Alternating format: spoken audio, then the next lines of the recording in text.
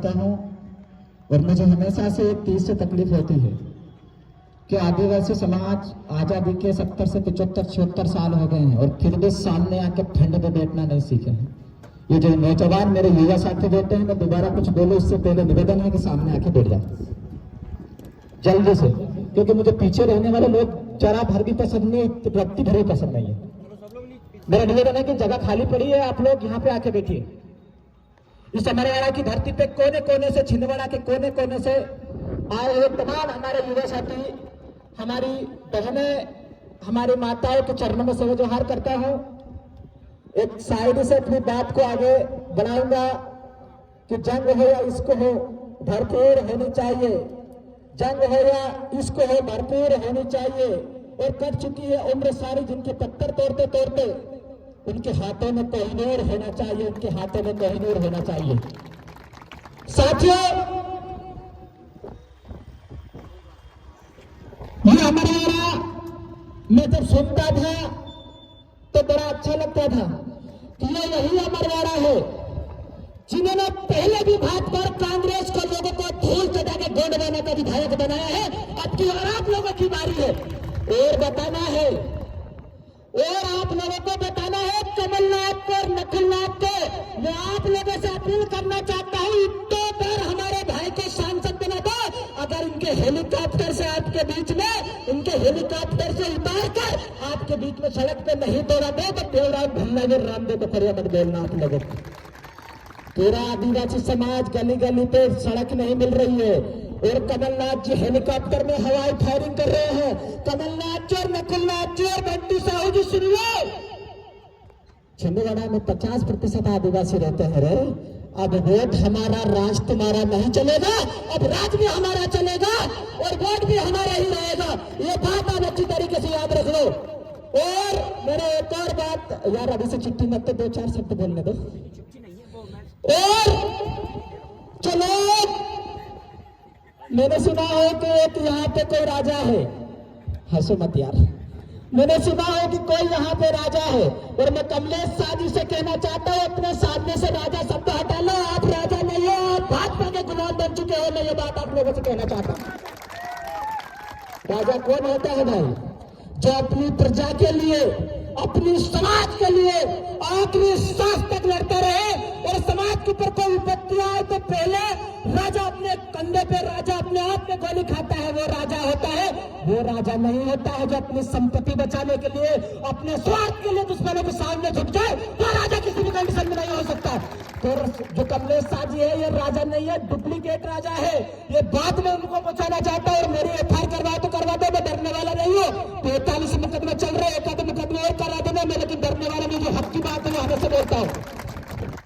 जिस मनमोहन साह बट्टी जी ने इस अमरवाड़ा के अंदर सदियों से भाजपा के खिलाफ लड़ते हैं, हमारी बहन मोनिका बट्टी जी आज दुश्मनों के साथ में बैठी है। क्या ये सही है? मैं पूछना चाहता हूँ। और वो मोनिका जी बोलती है कि मैं पापा की शेरनी हूँ। मैं उनको शेरनी नहीं मानता, आप पापा की लोमड़ी हो। अगर शेरनी होती तो आप किसी भी कंडीशन में भाजपा के साथ नहीं जीतती। अरे हमको भी तो देखो भाई, हम लोग भी ओरिजिनल शेर है। और जो शेर होता है वो कैसे होता है? अपनी मेहनत करके, शिकार करके खाता है, दूसरे के हड्डियों में नहीं पलता है। ये बात मैं मोनिका बट्टी जी से और कमलेश शाह जी से कहना चाहता हूँ। ये अमरवाड़ा परिवर्तन मांग रहा है और मैं कहना चाहता हूँ, कमलनाथ जी ने बहुत समय पहले बोला था, शायद मेरे पास वीडियो नहीं है, वो बोलते थे कि काला गमछा है, ये मुझे पीला जहर की तरह दिखता है। आज जिन पीले गमछे वाले की ताकत देके कमलनाथ जी रात में भी पीले गमछे लेके सो रहे हैं और नकुलनाथ जी पीले गमछे लेके सो रहे हैं। ये हमारी ताकत है, ये आप लोगों की ताकत है। ये बात। और एक और हमारा भाई है बंटी साहू, जो कोई विदेश से आया और हमारे बीच में आके बस गया। उनकी जो घरवाली है वो वोट पाने के लिए महुआ बीन रही है। मैं उनसे कहना चाहता हूँ, आप लोगों से कहना चाहता हूँ कि आप एक बार अपनी वोट की कीमत समझिए। अगर इनको बंटी साहू जैसे लोगों को, नकुलनाथ जैसे लोगों को अगर तुम्हारे खेत में दही न कटा दे, फिर हमको बताना। मैं आप लोगों से कहना चाहता हूँ, अरे हम राजा महाराजा की औलाद है। इन विदेशियों से, इन भिखारियों से बोलिए।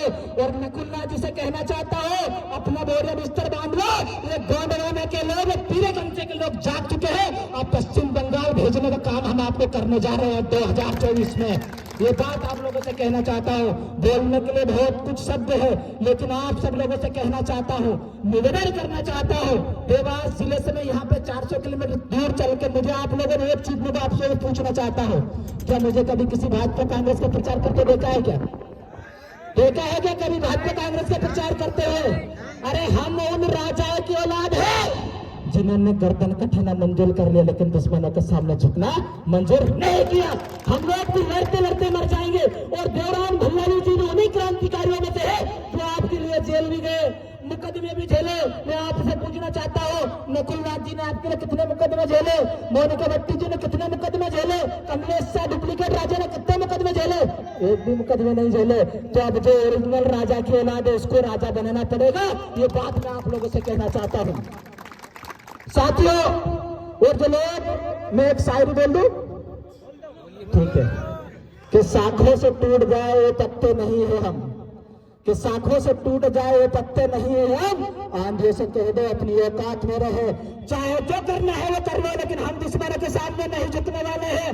लड़ेंगे, लड़ते आए थे और लड़ते दम तक लड़ेंगे। मैं मरवाड़ा की जनता से अपील करना चाहता हूँ कि अपनी ताकत को पहचानो, अपनी ताकत को बता दो और बता दो कि जहां उन लोग मोनिका बहन लोग मनोज भट्टी जी को विधायक बना सकते हैं, तो देवराम भल्लारी को भी सांसद बना सकते हैं। तुम्हारे पैसे और तुम्हारे धन दौलत तुम्हारे पास रखो, हमें किसी भी चीज की आवश्यकता नहीं है। मैं आप लोगों से अपील करना चाहता हूँ, तमाम युवा साथियों से अपील करना चाहता हूँ कि हमारे पास कुछ नहीं है आप लोगों को देने के लिए, ना हमारे पास धन है ना दौलत है, लेकिन मैं यहाँ पे युवाओं से, हमारी बहनों से निवेदन और अपील करके जाना चाहता हूँ कि इस समाज के हक अधिकार के लिए, इस समाज को न्याय दिलाने के लिए हम गर्दन कटाने के लिए तैयार हैं। मैं ये बात आप लोगों को कहना चाहता हूँ। और जहाँ पे इस समाज का, जहाँ पे आदिवासी दलित पिछड़े समाज का पसीना बहाएगा, वहां देवराम भल्लारी रमन को खून बहाने के लिए तैयार है। इस बात को मैं आप लोगों को बताना चाहता हूँ। हम शासन से लगा के, प्रशासन से लगा के किसी भी चीजों से डरने वाले लोग नहीं है।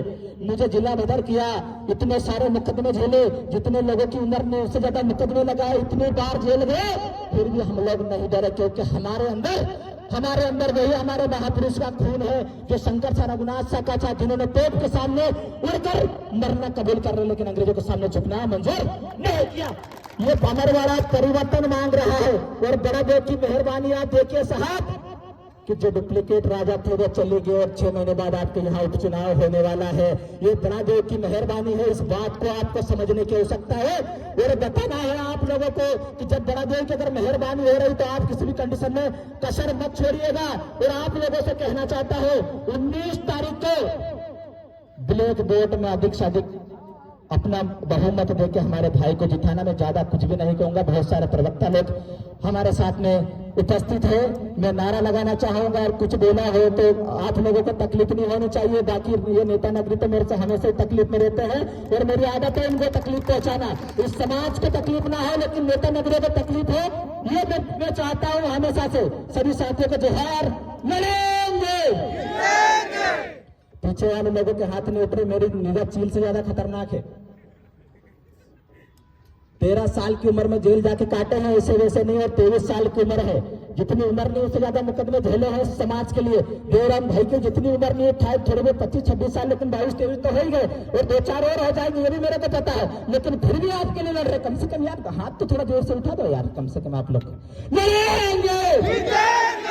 तख्त बदल दो, ताज बदल दो, बेईमानियों का राज बदल दो, तख्त बदल दो, ताज बदल दो, बेईमानियों का राज बदल दो। अब की बार अरे गोंडवाना की सरकार बोलो ना, ऐसे कैसे ऐसे हाथ उठा रहे। अब की बार गोंडवाना सरकार, अब की बार गोंडवाना सरकार लेके रहेंगे, लेके रहेंगे, अरे छीन के लेंगे, अरे लेके लेंगे।